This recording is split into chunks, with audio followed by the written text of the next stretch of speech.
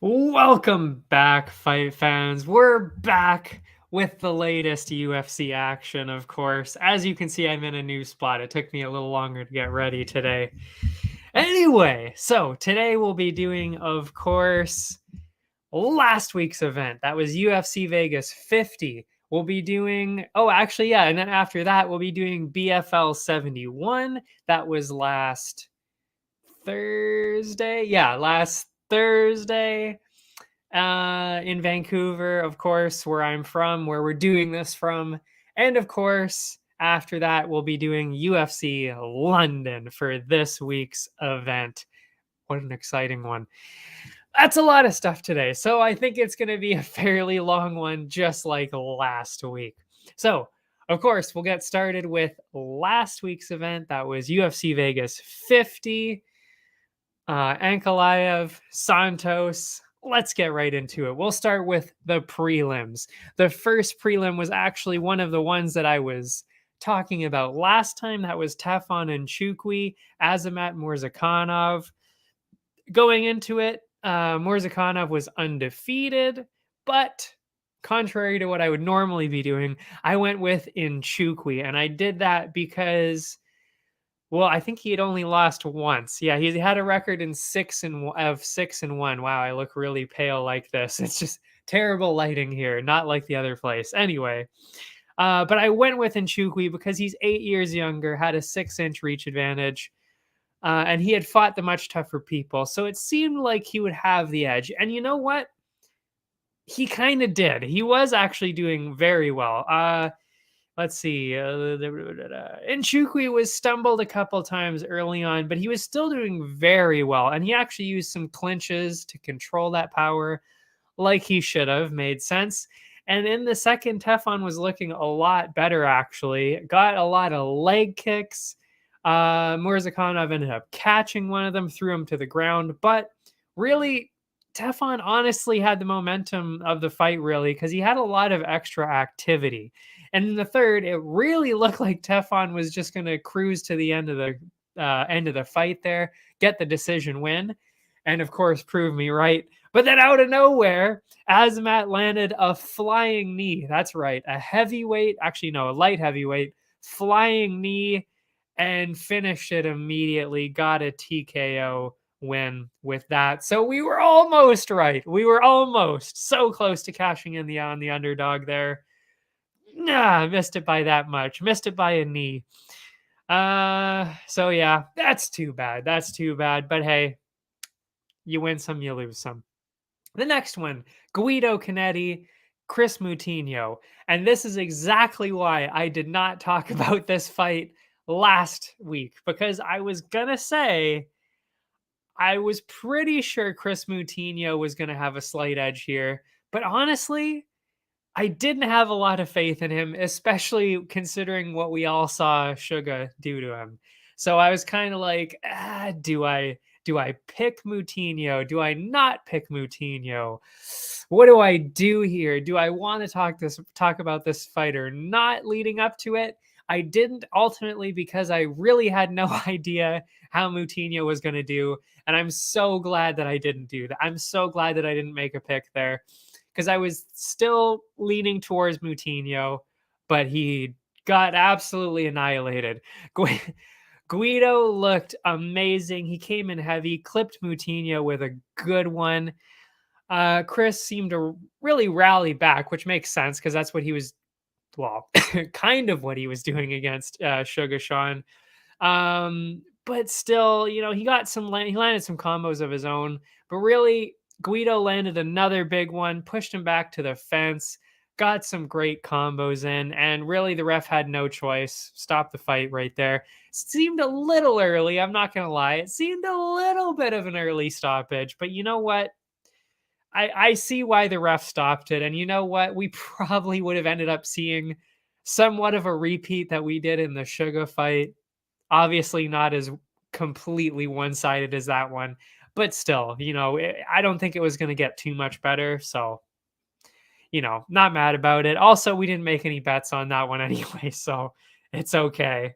But yeah, I don't think I'll be picking Moutinho ever again. I don't even know if he'll be back in the UFC after that. I'm assuming he probably will be because he's probably still under contract. But yeah, that was rough. And actually, Guido Connetti was actually my choice for the most valuable fighter. I was having a hard time picking one, honestly. There were a lot of good performances, but for some reason, there wasn't really anything that stood out as like, oh, this person so deserves extra recognition. But for this time, I actually chose Guido Connetti because not only did he do that, which was impressive considering Suga couldn't finish the fight, Again, that was probably mostly due to the reffing there, but I gave it to Guido. Actually, I'll scroll down here to get the exact reasons why, but I remember the basics of it. Because I think he was 40. Let's see here. Yeah, he's 42. Came in against a really durable, obviously, young fighter in Moutinho. Got a first round finish, and honestly, he looked good the entire time. I mean, really, for anybody to be able to do that at the age of 42, that is very, very impressive. So that's why I gave him the bonus there. Well deserved. After that was Cody Brundage beating Dalcha Lungiambula by submission in the first round. It was not looking good for Cody Brundage. Not at all. The first thing that was really obvious, honestly, was the size difference of Lungiambula. Huge, massive, way bigger than Cody Brundage. And to avoid that power, Brundage turned to wrestling to control him along the fence. The problem with that, though, was that he was right next to Lungiambula's punches and just got hammered time after time after time, like just absolutely annihilated. But then amazingly, Cody got a guillotine, dropped Dalcha to the ground, and got an amazing first round submission win. That was actually my choice for submission of the night because, I mean, seriously, when you're getting annihilated like that and you can turn it around, get a first round win, that's pretty amazing. So good for him. That was my submission bonus of the night. And now all the lighting is getting kind of weird again. I think it's because of my TV. I'm not really sure, honestly. Okay, after that, Sabina Matzo, Miranda Maverick. I did not talk about the fight itself leading up to it, but I did mention it because of the parlay opportunity, which in this case was Miranda Maverick. Of course, I was going in that direction. I thought she was going to get a decision. There's a lot of decisions in that division. Also, she's gotten a lot of decisions, so it kind of made sense. But yeah, so that's what I was going for. And honestly, I even said she deserved to be in the top 15 before this, and Matzo was never even close to that. So to me, it was pretty one-sided. So that's why it was the parlay. Definitely cashed in on that. It was pretty even on the feet until Maverick took it to the ground. Actually, yeah, she ended up getting back up, actually, Sabina Matzo, and they actually kept having this weird kind of exchange. It was like Miranda would bring her to the ground. She got an armbar attempt.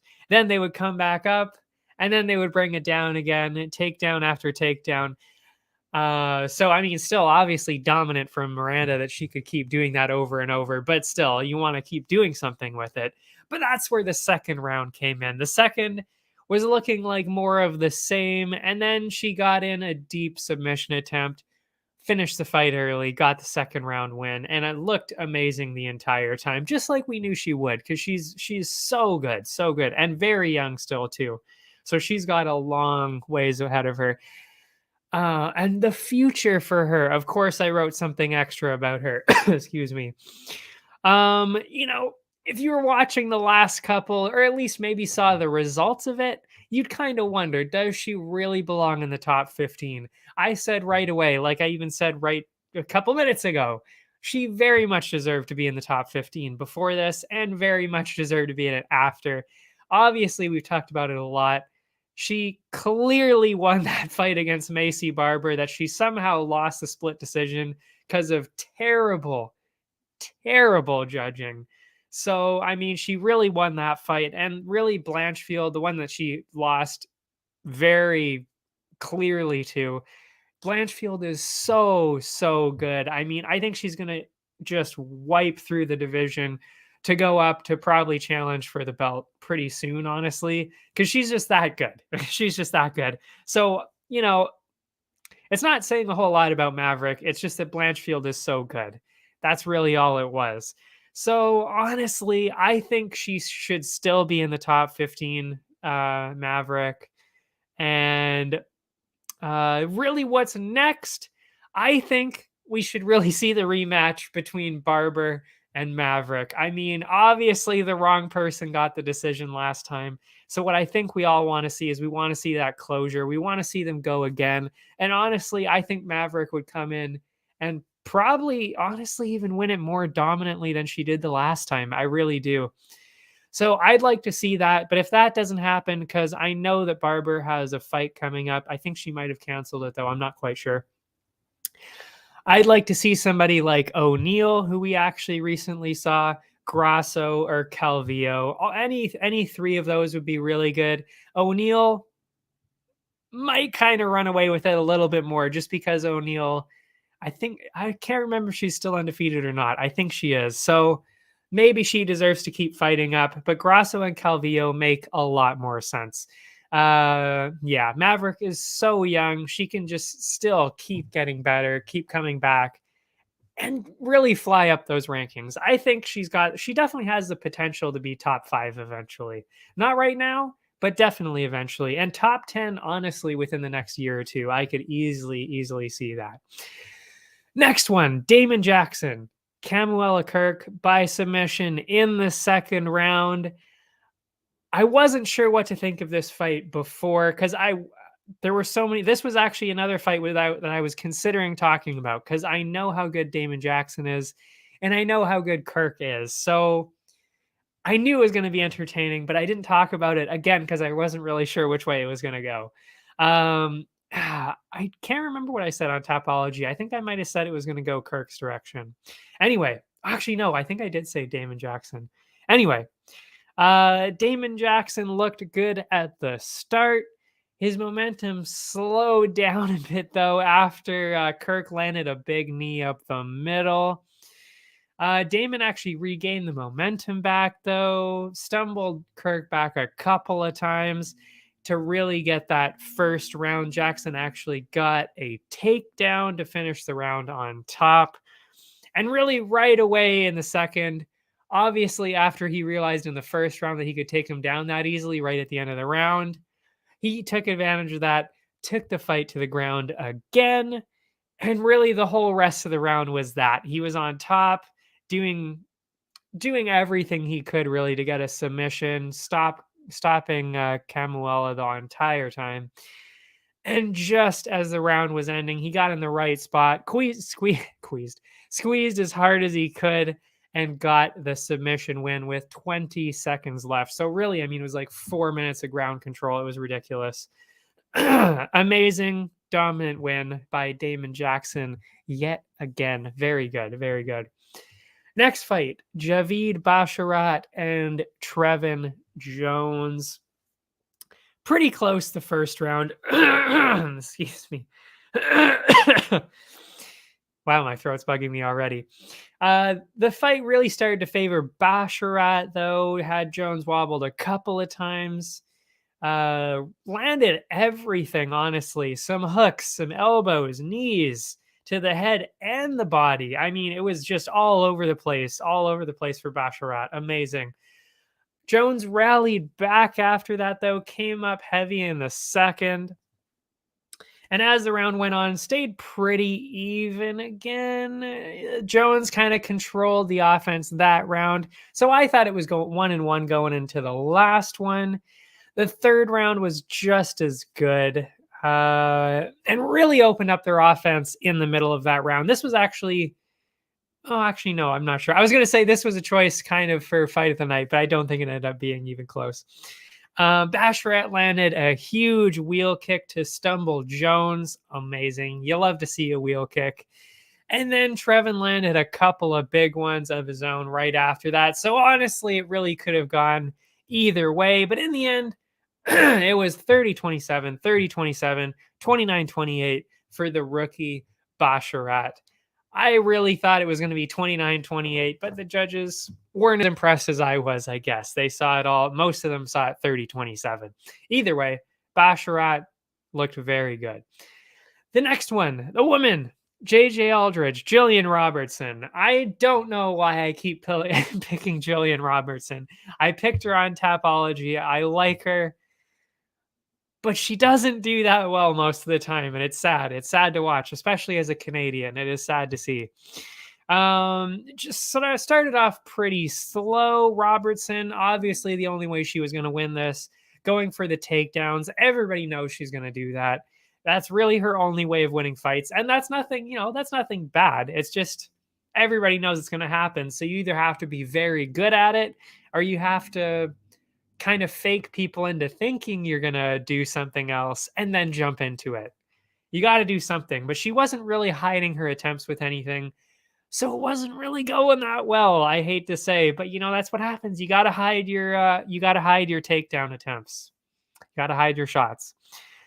What was I going to say? Aldrich kept it at a distance. So, I mean, really, when you're, and JJ Aldrich is pretty big too. So when you're, stuck in a striking matchup and you're not the striker and you can't get your shot in, it's already not a good spot to be in. And that's where Jillian found herself.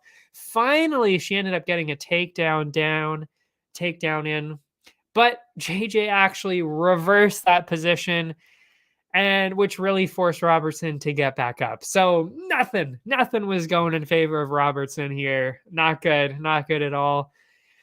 After struggling in those open 2 rounds, Robertson really obviously needed something big in the third, but Aldrich just kept it going, really shut down everything Jillian had. Easy decision win for JJ Aldrich. Too bad for Jillian Robertson. I mean, I know they're not going to cut her, which is perfect because they really shouldn't, but God, I don't know what it is. I don't know what she's got to work on. She's obviously got to work on some striking, or like I said, maybe work on just hiding her takedowns better so they don't know what's going to happen, or maybe even improve the technique. Because, I mean, everybody knows that Islam is going to go for a takedown. Everybody knows that, who else is one? Khamzat is going to go for a takedown. Everybody knew that Khabib was going to go for a takedown. They all know it's going to happen, but they still get it anyway. So you just need to figure out how to either hide it or wait until the absolute perfect moment and then shoot in for it. You got to do something, but you can't just do some lazy attempts, which is exactly what the commentators were saying on this one. She was throwing in some lazy attempts. Not good. So hopefully she gets better at that. We want to see the Canadians do well. We want to see the Canadians represent. After that, Matt Semmelsberger, AJ Fletcher being another rookie. On Tapology, I had Semmelsberger on this one. He was, I think, a fairly large favorite. I think this was even one that I had said on the parlay. Semmelsberger, massive size advantage on this one. And really, obviously Fletcher tried to overcome that, trying to take him down to the ground.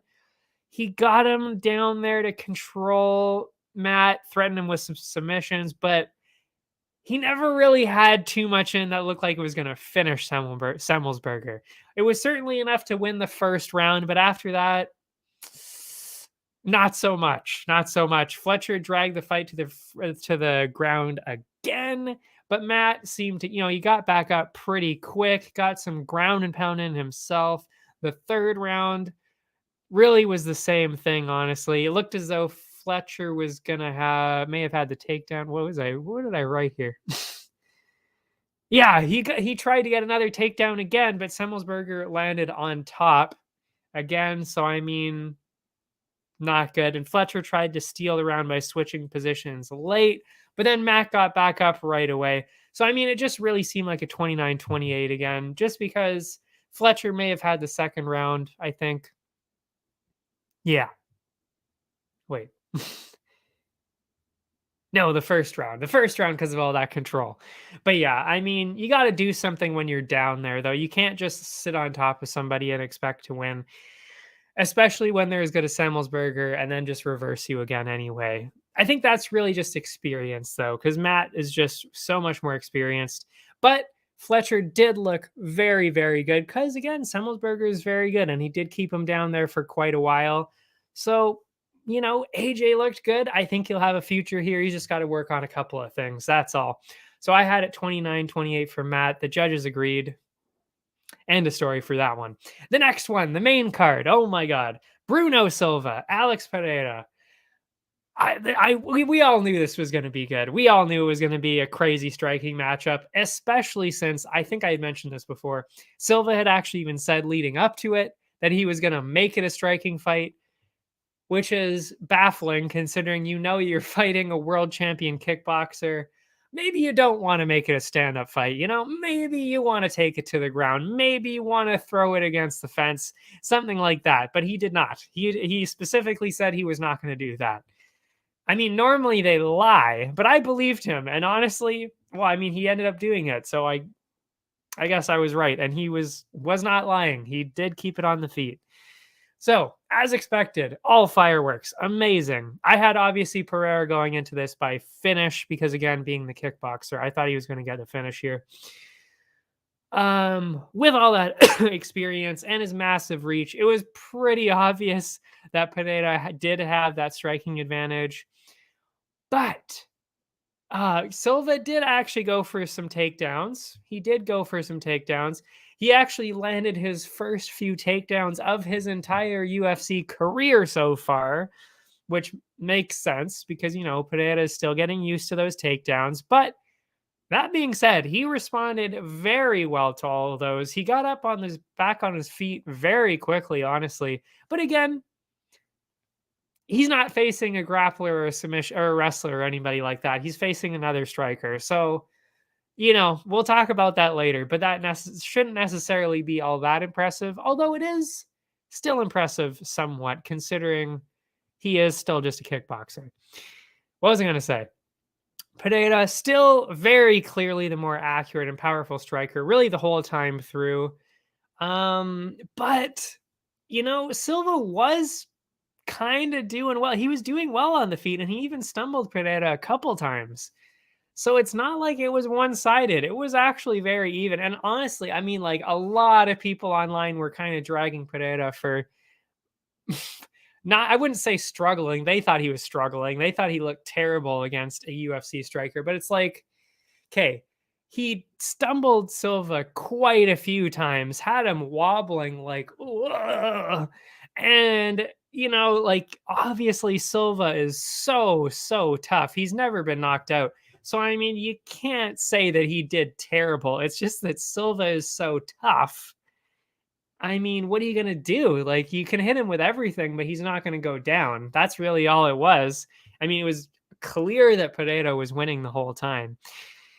Anyway, from there, yeah, it was just there were just so many hard shots landed. It was close, but because of really all those extra stumbles and the extra shots in, it seemed pretty clear that Pereira did enough to win, even though it was pretty close. And Silva definitely stood up and looked fantastic in this fight. He really did. So the future, I really don't think he's going to be flying up those rankings. I think they're going to give him somebody in the top 15 next. of course, maybe 10 through 15, somebody in there. I was saying Tavares would make sense. Shabazian, because Shabazian's been on his way down. Why not? That seemed like a good matchup, especially since Shabazian is more of a grappler. Throw him against somebody who can actually do that, but not necessarily somebody who's been annihilating people, or even somebody as good as like Darren Till or Gastelum, because I'm not really sure if he can handle that kind of level. I don't know. But Shabazian is kind of that in between. He's kind of the in between somebody like Gastelum and Till and people who he's already been fighting. So I think he should kind of take that kind of step. I even said Weidman might be a good idea. Yeah. So like I said, he did better this time with the takedowns, but again, he didn't face a wrestler. He faced a striker again, and he did get up from the takedowns, and that's all well and good. That's very impressive. But again, until we see him against a real wrestler doing that, I don't know what to say. Like, we don't know how that's going to stand up. And that's why I'm saying I don't know if he can handle somebody like Gastelum or Till or anybody like that, because I think they're just going to do too well against him. I don't know. We'll see.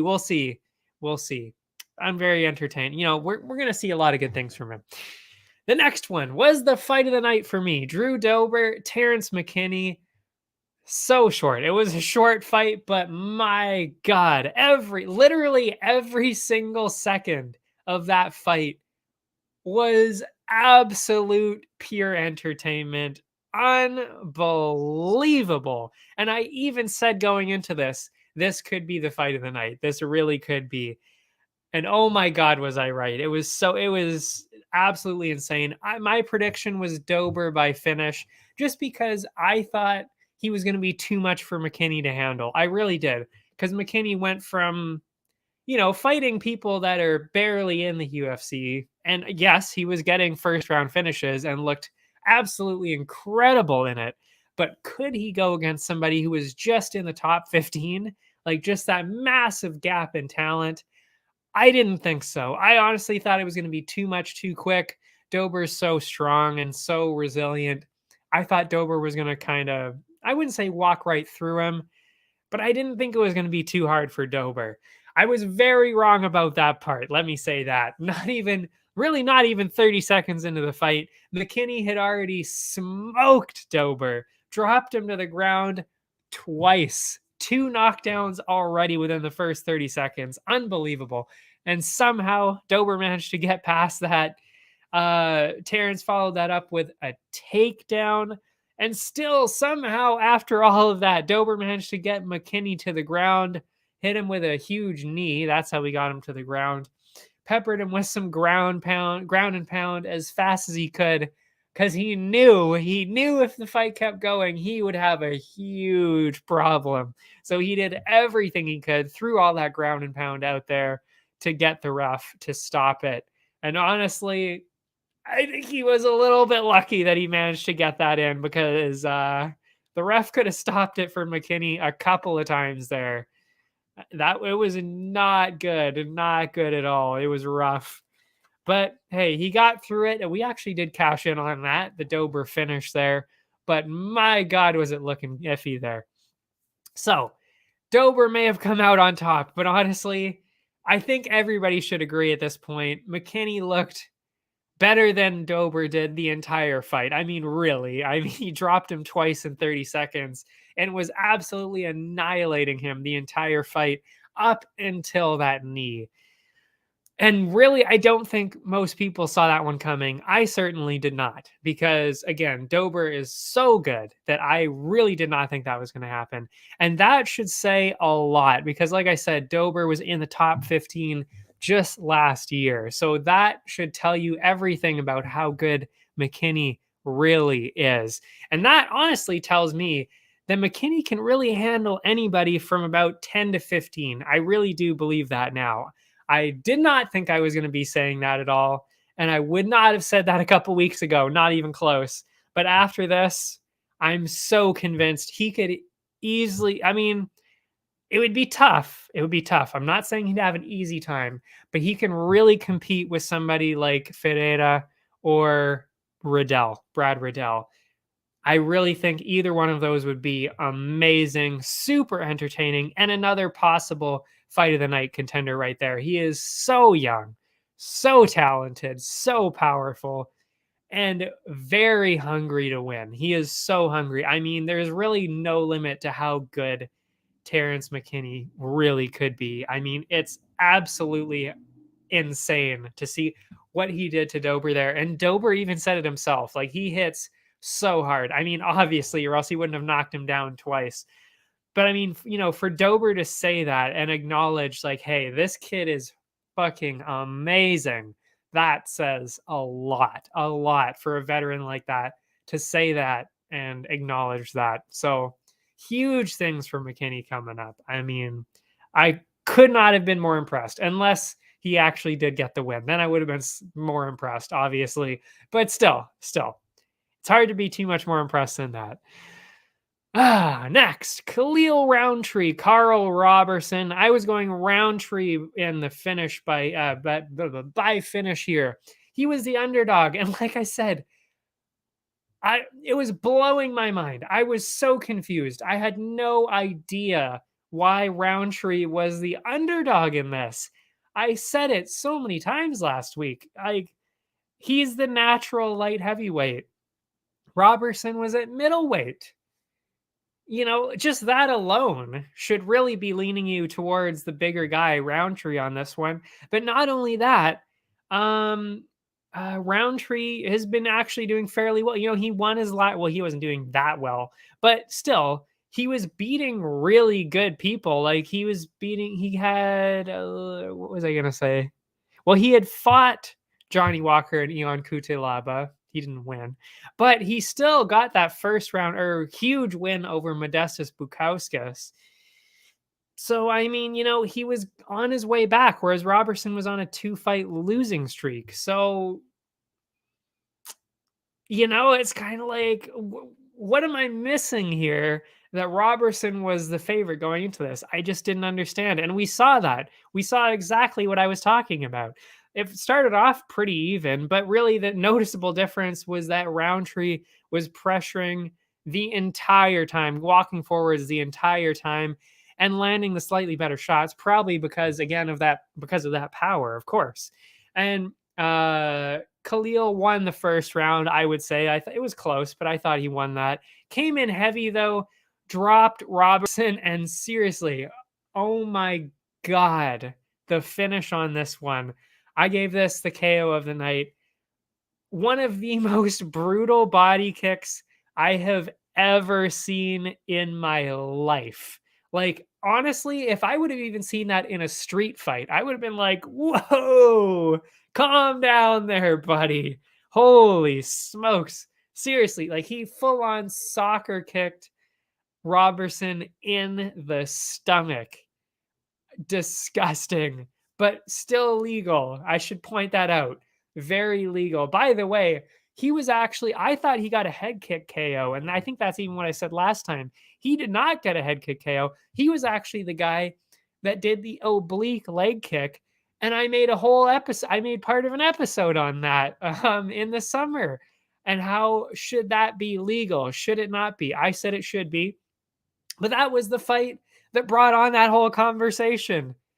Now he does the exact same thing with a soccer kick to the stomach. Should that be legal? Honestly, yes. Again, it should still be legal. But my God, is it terrifying. And you have to be so precise because, I mean, seriously, if Robertson, if your opponent is in one tiny wrong spot or jumps one wrong way, you'd get kicked out immediately. You'd probably get some kind of a ban, honestly, because you'd either be kicking them straight in the groin, literally as hard as you can, or you'd be kicking them in the face as hard as you can, which is very much illegal. So, it's risky to do, but if you can do it, wow, does it pay rewards. And honestly, I really think we're going to be seeing a lot more people doing this. To me, it's kind of like I mean, it's not as disgusting as the shoulder strike, but it reminds me of the shoulder strike and the calf kick too. That now that people see, oh, that's new. Like, I've never seen somebody do that before. It's completely legal and it's very, very effective. I'm going to start doing that. And I think that's what we're going to see here. My prediction for the next couple of years, we're going to see a lot more of those soccer kicks to the body. I really think we're going to be seeing that because that is probably the most effective technique I've ever seen besides the calf kick. Because, I mean, seriously, if you get soccer kick like that in the stomach, I think pretty much everybody's done after that, especially when they're as massive as Roundtree. It was a lot of talking about that, but seriously, I can't state how important that was. And I think we really will be seeing that a lot more, which is why I made it KO of the night. Because that's honestly, I think that's a huge new technique that we'll be seeing quite a bit of. Disgusting and scary, but very effective. Next up, we had Alex Casarez, Sadiq Yusuf. I said this was going to be a coin toss. I had it Casarez by decision. He was on the huge win streak, fought the better people, it seemed like. What else was there? Also, he was pretty good on the ground, good grappler, good submissions. So I thought he might have had an edge here. Yusuf obviously trying to keep it on the feet. Casarez obviously trying to get it to the ground.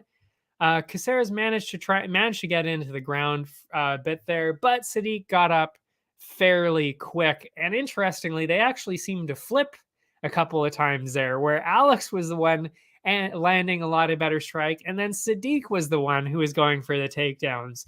Very strange.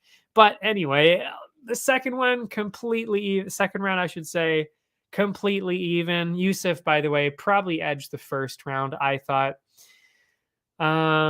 Second round, pretty much dead even, really. Again, may have been Yusuf. He got a lot of leg kicks in, and that was really the story of the fight. I think he landed something like 30 or 40 leg kicks. Actually, I think it might have even been more than 40.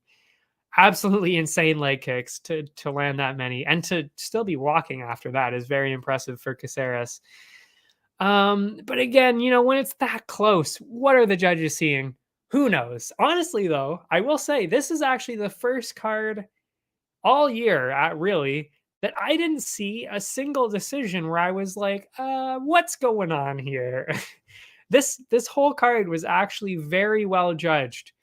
And that is extremely rare, and that should be applauded in itself. I was very impressed with the judging this time. Honestly, there wasn't even really a single card where I was like, that's strange. But no, it was all really good. I was impressed. Anyways, so Yusuf really edged it. I didn't think it was really 30-27. Maybe. I did kind of say each round Yusuf might have edged it. I thought we might have seen 2 or 3 29-28s, but we only saw the one judge see it 29-28. Again, though, pretty fair. 30-27s for 2 of them. Oops, I made a typo there. I said 20-27. That's going to be messed up on the article. Anyway, yeah, so fairly, I wouldn't say it was an easy win for Yusuf, but, wasn't anything super insane. Got the win over Casarez there. The next one, the co-main. Again, this was another one that I thought was going to be challenging for fight of the night here. I thought it was going to go the whole way. I really did. I was saying Song by decision because really of how well he's been doing. Plus, of course, Marlon Moraes, bit of a slump. So I thought Song was going to just kind of pick him apart the whole fight. I didn't think we were going to see a finish here. Boy, was I wrong. Boy, was I wrong. Song wasted absolutely no time whatsoever. Jumped right in. Huge combos. My God, did Song look good. He looked so good. I mean, this guy,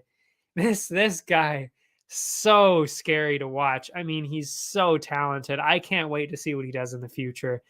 But just swinging as hard as he can. And it's crazy to watch a bantamweight try and throw everything they have into punches because they're so small and so quick. It's not like a heavyweight.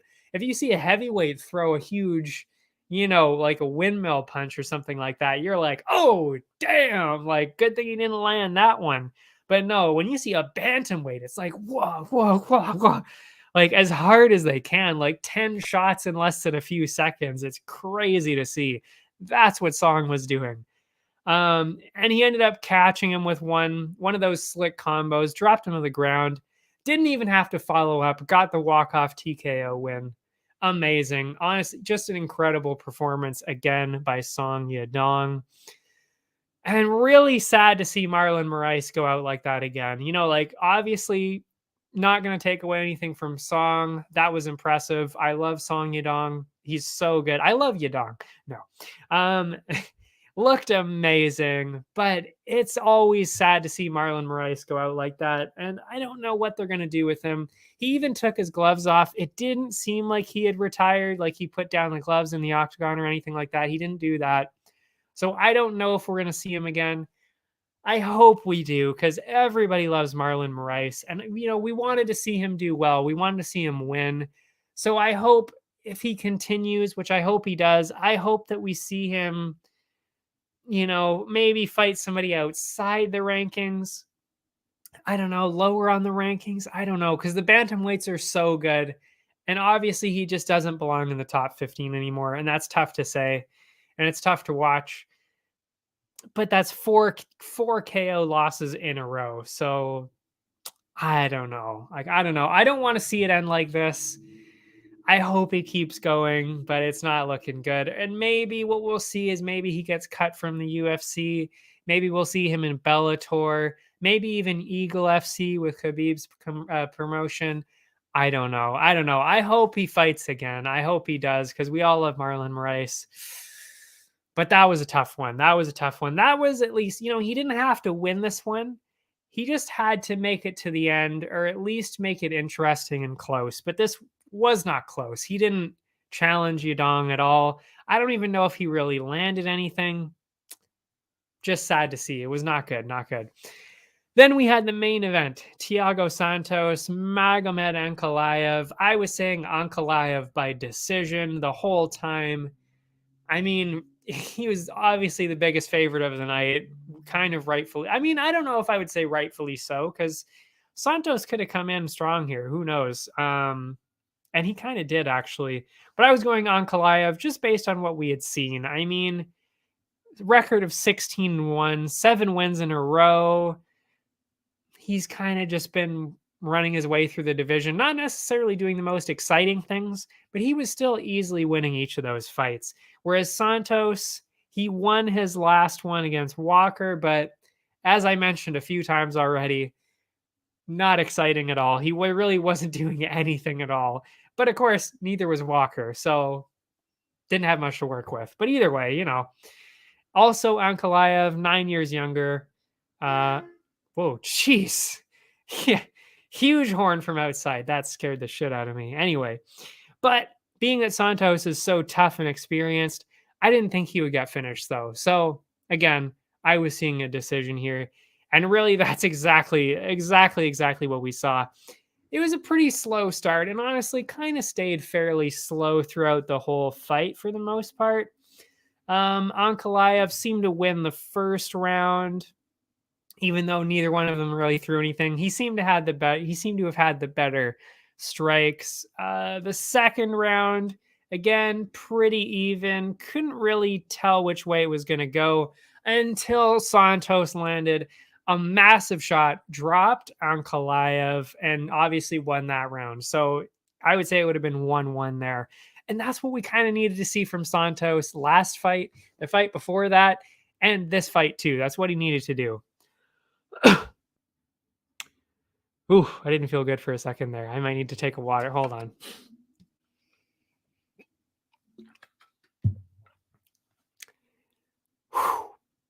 I don't know. That was weird. Felt weird for a second there. Maybe too much coffee. I don't know. Santos started to come alive in the fourth, though. Opened up the fight with some combos there. But then he started to slow down again. Santos Ankalaev came back in, let his own offense go. And after 4 rounds of striking, my God, finally we saw Ankalaev get a takedown, or at least push him against the fence. That was his key to victory the entire time. I don't know why he wasn't doing it. I know that they asked him a couple times about it, but honestly, I can't remember his answer. And I remember thinking, like, that still doesn't make a whole lot of sense. Cause I mean, Santos is a striker. If you just push him against the fence, that's your easy way to win, especially considering that's what you've been doing the whole time. It just seemed bizarre that he wasn't doing that. And he didn't do that really the whole fight. He got it in the fourth. He finally kind of did that against the fence to take that round, but still. But with 2 rounds really that could have gone either way, it was because the fifth round, I should say, wasn't sure. With 2 rounds that could have gone either way, honestly, I had no idea which way the judges were going to lean. I would have said Ankalaev. I was kind of leaning 48-47. The judges saw it 49-46, 49-46, and then one of them agreed with me, 48-47. But honestly, again, it was so close that it really could have been either one of those. But yeah, Ankalaev easily won it, I would say. And for Ankalaev, honestly, now there's really only 2 ways you can go. I was saying you could either wait for the title shot after Glover and Yuri fight, because that's going to be coming up, or you fight the guy who just lost the belt. That would be Jan Blachowicz. Either one, honestly, right now would make a lot of sense. That's probably what we're going to see. One of those 2. As for Santos, I mentioned this a couple weeks ago. Jamal Hill seems like the most obvious choice, and I still stand by that. Hill absolutely smoked the guy which would be Walker. He smoked Walker while Santos spent 5 rounds with him. So what I think should happen, Hill should get that shot against Santos, move himself up the division, and then Santos would be slowly making his way down, which is too bad because we all love Santos. But, when you're not doing anything in your fights anymore, like, what are you doing here still? Like, he's not even really challenging anybody at this point, except for the second round there where he dropped Ankalaev. But other than that, he's not really doing anything to prove that he deserves to be even in the top 10 anymore. So Hill seems like the perfect person to challenge that against. I already talked about the bonuses. Before we take a break, I'll quickly talk about, of course, as I said I would, Battlefield Fight League, BFL 71, which was in Vancouver last Thursday. So we'll talk about that one, of course, because I will talk about any MMA, I was going to say UFC, any MMA event that is in Canada. So far, we've had Unified a couple times, and this is the second time we've talked about BFL. And it was another great night. It really was.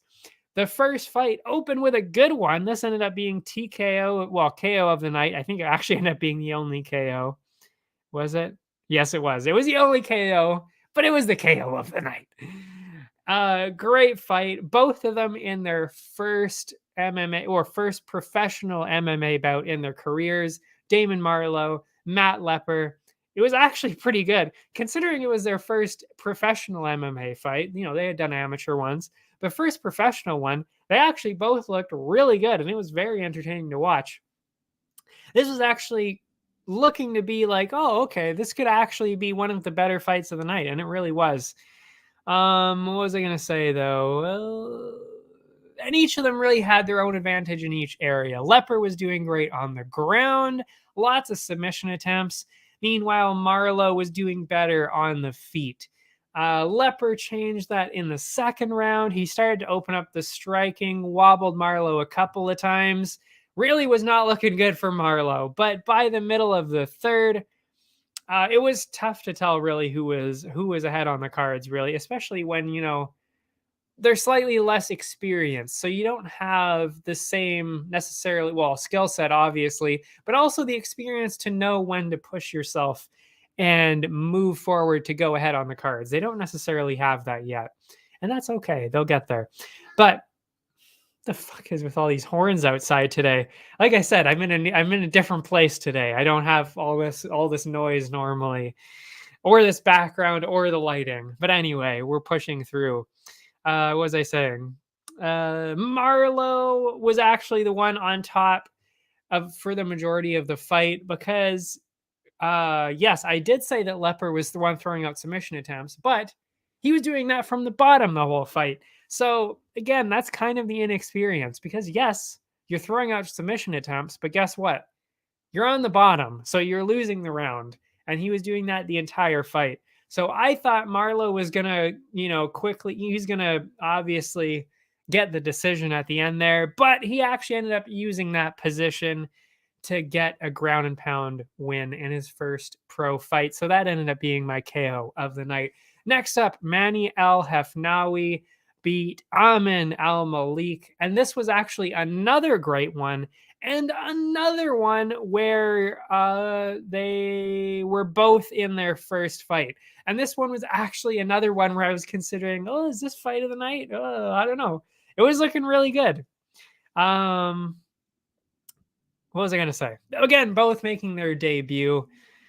Feeling each other out. Amin caught Manny with a huge shot and dropped him. Right after that, though, Manny came back, landed a huge shot of his own, back and forth.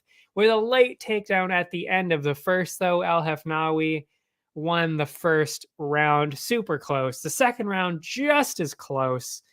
And the third round continued on, still very close, but El Hefnawi continued to kind of push forward. Al Malik kind of I wouldn't say petered out a little bit, but it started to become way more obvious that El Hefnawi was going to take advantage of that. Got the clinch control, got a late takedown to win to get near the end of the fight. I had money, and by the end, the judges had it 30-27, 29-28, and 29-28 for him too. Yeah, just a good performance there again. Great debut. I mean, it's crazy. Like, to think that those fighters in their first professional fight looked that good. I mean, seriously, all four of them actually did look pretty good, but especially Manny and Marlowe and Leper, because Leper actually looked pretty good too. I mean, it's amazing. El Hefnawi, I would say, looked the best out of all of them. But anyway, very good.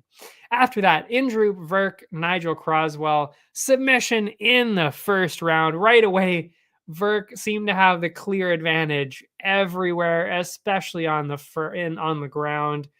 Dominant position a few times throughout the grappling exchanges, and really less than a minute after all of that, ended up getting an early submission win. The next one was actually almost fight of the night. Now I remember. John Nguyen, Gil. I'll just say Gil. Insane fight. Seriously. I mean, this is something straight that you would really probably be seeing in the UFC. It was so back and forth. Absolutely insane. What am I going to say here? I should just read out. I don't know why I keep stumbling. Like, I've got notes right here. What am I doing?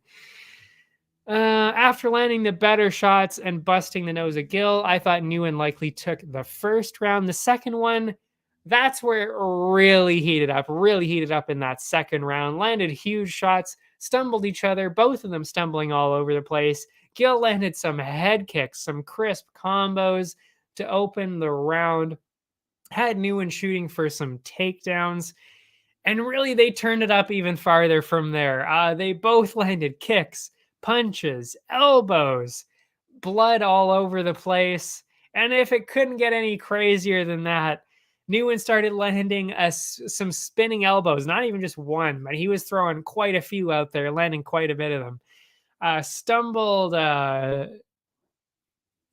Anyway, I don't even know where I was going with that there. In the third, Gil came back and got Nguyen along the fence again, but was stumbled again by Nguyen. Gil got another one back later, and then with a huge spinning back fist, stumbled Nguyen. So there's spinning back fist, spinning elbows, knees, kicks, punches, everything you could imagine.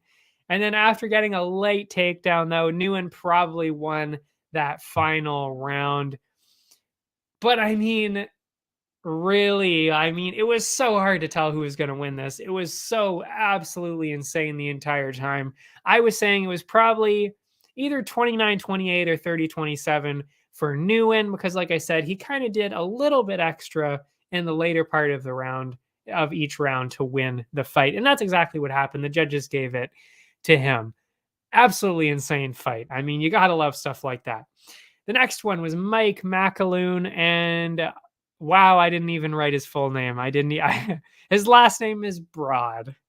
I don't know why I didn't write his whole name. That's my bad. That's my bad.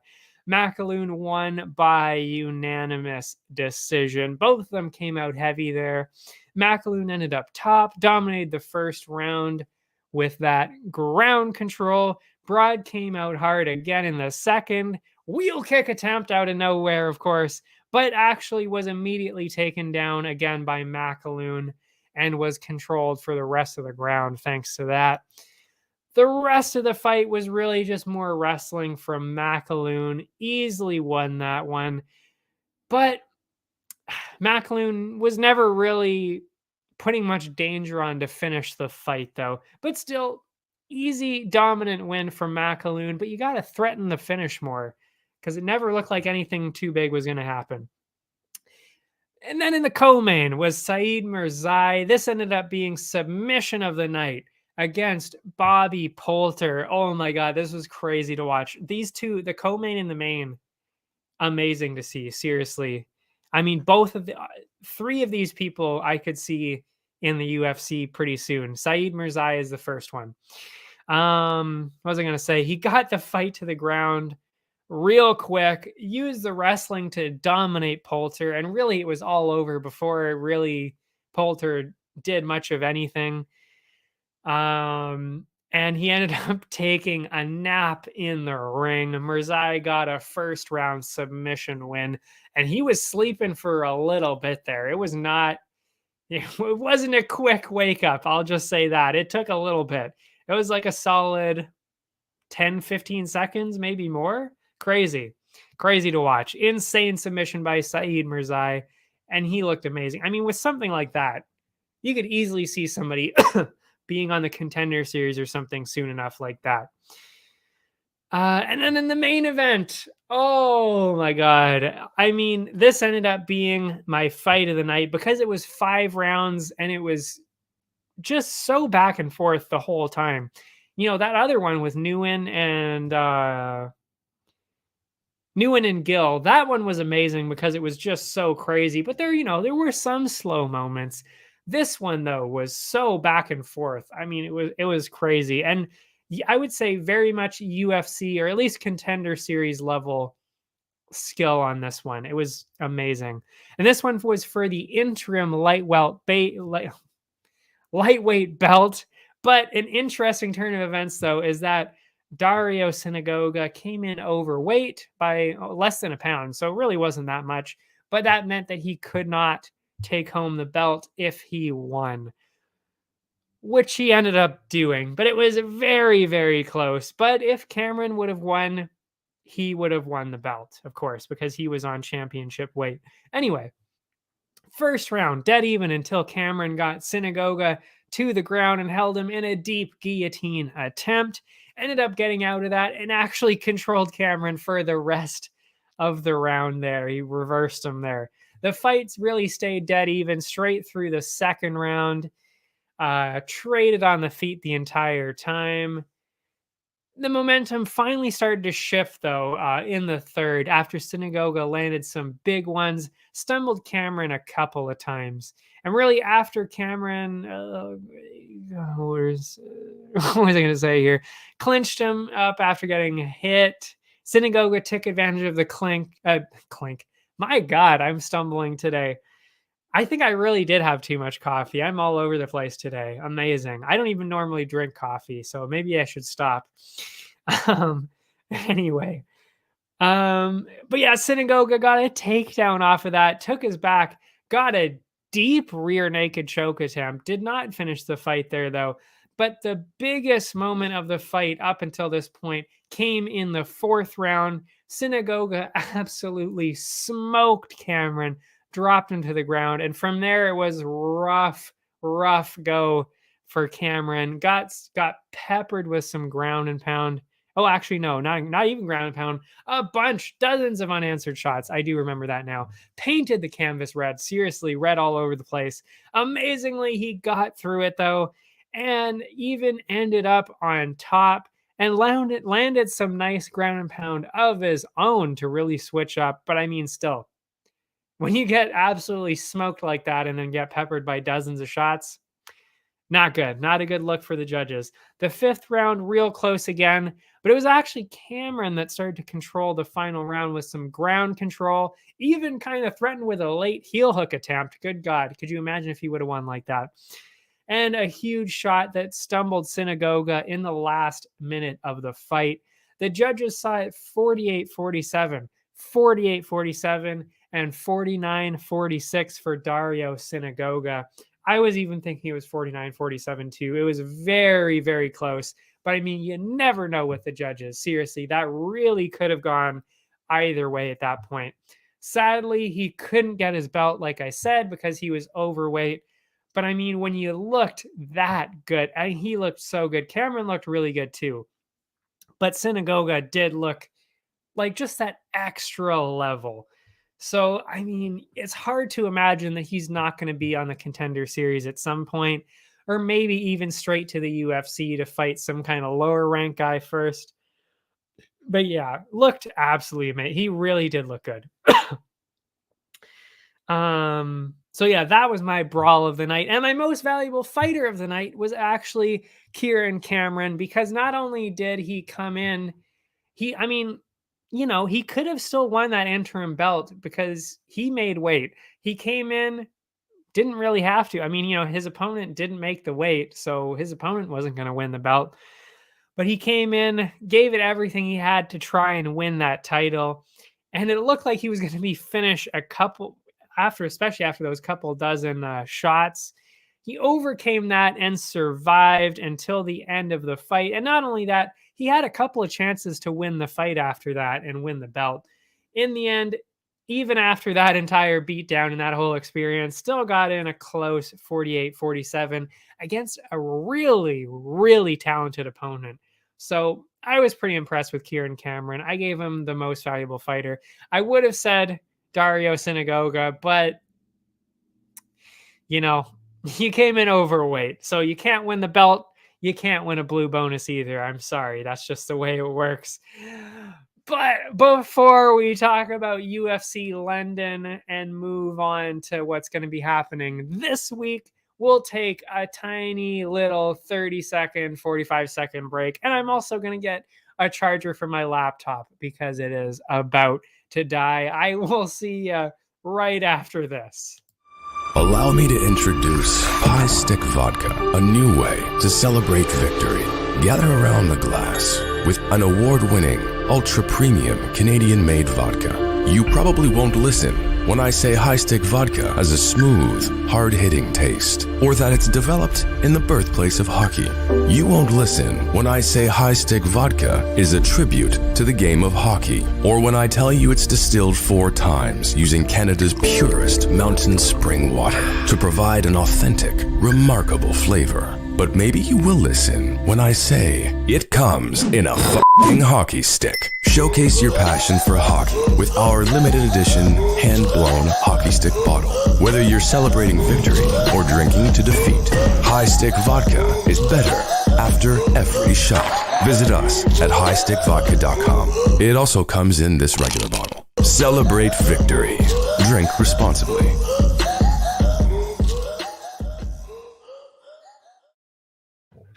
And we're back. And as you can see, Loki's being silly. And I've plugged in my laptop, so we're all good now. Now, this week's event, UFC London, for the first time in over 2 years. We're not going to be in the States and we're not going to be in Dubai. We're going to be going back to London, to the O2 Arena. And my God, this is going to be amazing. We've got the entire crowd. They haven't really seen too many live sports either. And they definitely haven't really been seeing any live MMA. So this is going to be absolutely insane. And I can't wait. And there's so many British fighters on the card. We're going to be talking about almost all of them. Yeah, oh my god, it's going to be amazing. We'll start with the main card, and it's actually starting at 1 p.m. I believe, Pacific. Oh, the main card is starting at 1. The prelims are starting at, I believe, 10 a.m. So I won't be watching them live. So if you're waiting for my tweets, and posts on Saturday, I will not be doing it live, and I will not be. What is happening here? There's a notification here. Okay. That's annoying. Oh, my notes. But yeah, I will not be tweeting live. That is for sure. And I will also not be looking at Twitter because I don't want my fights spoiled by any of that. But of course, I will be posting my bonuses. I'm just waiting for my laptop to regain itself. Get yourself together, laptop. Okay, the main card opens with Jai. I don't know if it's Jay or Jai. I'm going to say Jay because that probably makes more sense. Jay Herbert, Ilia Topuria.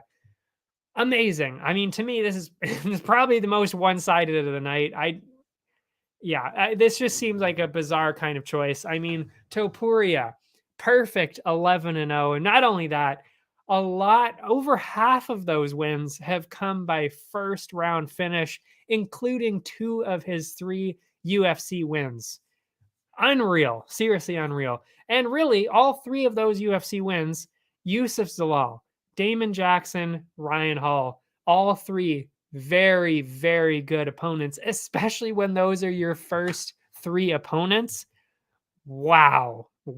Seriously, like, so impressive. I cannot even say how impressive that really is. Absolutely unreal. Actually, to further prove how impressive that is, his opponents so far, those 3 opponents, have a combined record of 36 wins and 6 losses. That's it. That is unbelievable. 36 wins and only 6 losses. That's crazy for 3 people to have. So that alone should tell you how good Topuria really is. Jay Herbert has also only had 3 fights in the UFC so far, but way more or less impressive.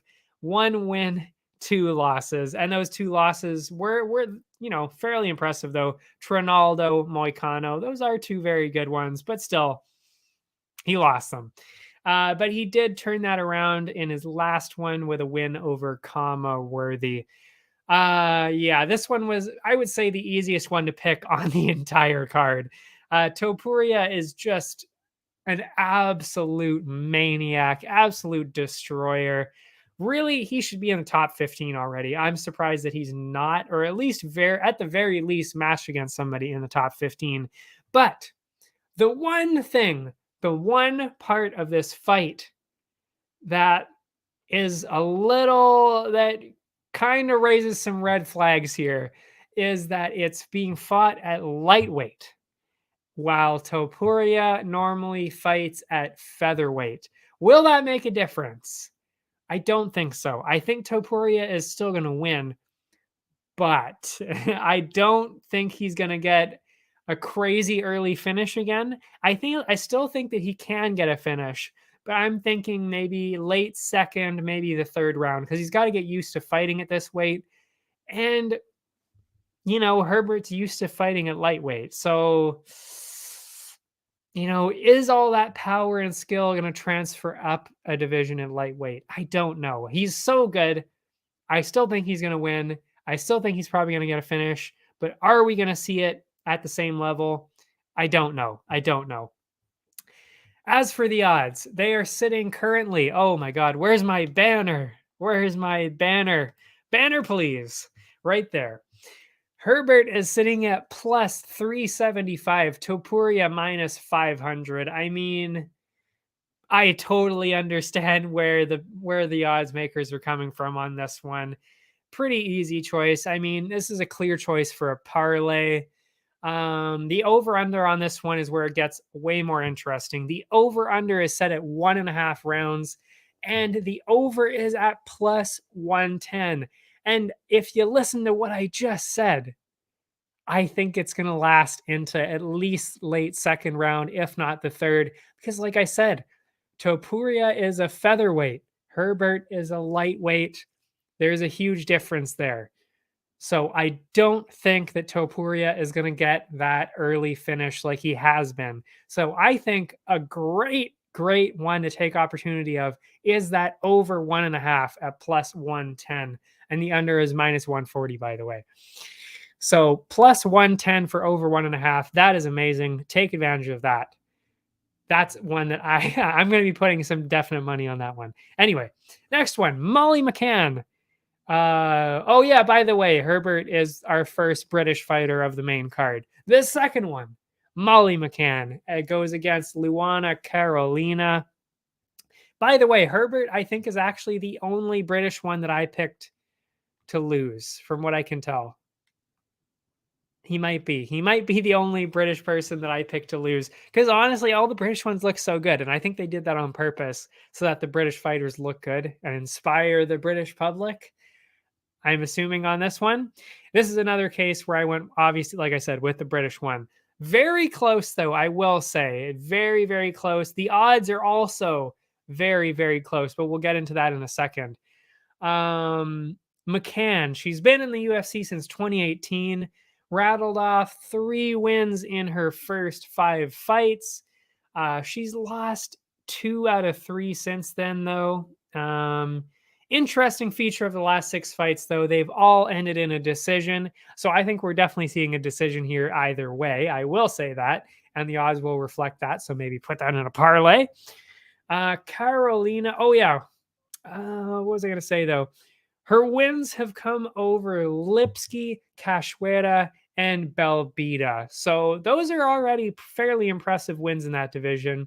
And one of her losses, and again, she doesn't have too many losses, but one of them was against Thiago Santos, who is ranked 5th right now. So that also makes a lot of sense. What did I say? She was only ranked lost 3 or 4 or something like that. So, I mean, pretty impressive that, yeah. Anyway, Carolina also started in 2018, but this was on the Contender Series. Since then, 3-1 with her loss coming by a disgusting knee bar. I actually vividly remember this. Knee bar to Ariane Lipski. Amazing. And that's actually why I started to like Lipski, because you don't normally see knee bars like that. And that was very impressive. Anyway, so if you've been following BLÜ-FC, though, you would have actually remembered Carolina when we talked about Lupita Godinez when she fought 2 weeks in a row, because this was actually her second opponent. This was Godinez's second opponent. And it was important. It's important that I bring this up, actually, because Godinez was fighting at 115 and then took this second fight on a week's, obviously less than a week's notice, fought the second week after, but up a division at 125. And she did pretty well. She was actually doing very well against the bigger person. So that should really tell you all you need to know right there, is that Carolina was struggling against somebody who normally fights at 115. And McCann is a very big 125er. She really is. She could potentially, if she really felt like it, probably fight at 135, because she's cutting down quite a bit here. So that should tell you enough. The size difference here is going to be a huge problem for Carolina. And I think that's why, yeah, huge problem here. But Carolina does have a 7-inch advantage, but it's hard to imagine, like I said, if Lupi Godinez, who is much smaller, had an even bigger reach disadvantage, I would say, than 7 inches. I can't remember. I didn't look that part up. But, if Godinez was doing that well, it's hard to imagine that McCann won't be able to do the same thing, but much better. So I'd have to go with McCann on this because of that. And of course, like I said, they've all really been by decision for both of them. They've had a lot of decisions. So I think we're seeing a decision here. So minus 137 are the odds right now for McCann. Take that and run with it. Seriously, those are amazing odds. I'm actually surprised that it's that close. I kind of am. I thought it would have been at least minus 180, maybe even minus 200, because it still deserves to be somewhat close. But like I said, there is so much riding in favor of McCann here. And you got to think the home crowd, that home crowd, Not a lot of people think about it, but especially when it's the first fight back in the UK, and the UK fans are so loud as it is. I can't imagine, you got to think that that also has an effect. And we'll talk about that later with a couple of the other fighters too. But I think especially in this one, that's going to play in a lot. And McCann's going to even feed off that. So I really think the minus 137, that's a steal right there. Take advantage of that. I'll definitely be taking advantage of that at minus 137. Carolina at plus 112 right now. And of course, the over-under sitting at 2.5 at minus 375 for over 2.5. Yeah, I mean, I would 100% be putting that in a parlay somewhere. I mean, that's a no-brainer for a parlay right there. After that, one of the less exciting ones of the main, actually, I would say it's the least exciting of the main card, unless you really like the older, like more veteran ones, I would say, I guess. But if you've recently started watching MMA, you might not even know who either of these two are. I haven't seen either one of these guys fight, but I've definitely heard of Gunnar Nelson. It is Gunnar Nelson and Takashi Sato. Neither one of them has fought since, Gunnar hasn't fought since 2019. Sato hasn't fought since 2020. Before I should say his extended leave, Nelson had a bit of a shaky record at 1-2.